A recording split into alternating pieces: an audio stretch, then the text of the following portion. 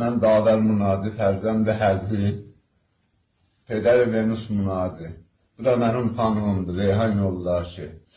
Dün yoxsullar günü xanımın dadıqçilərinin qabağında çığırdı, qızımızı öldürürsən.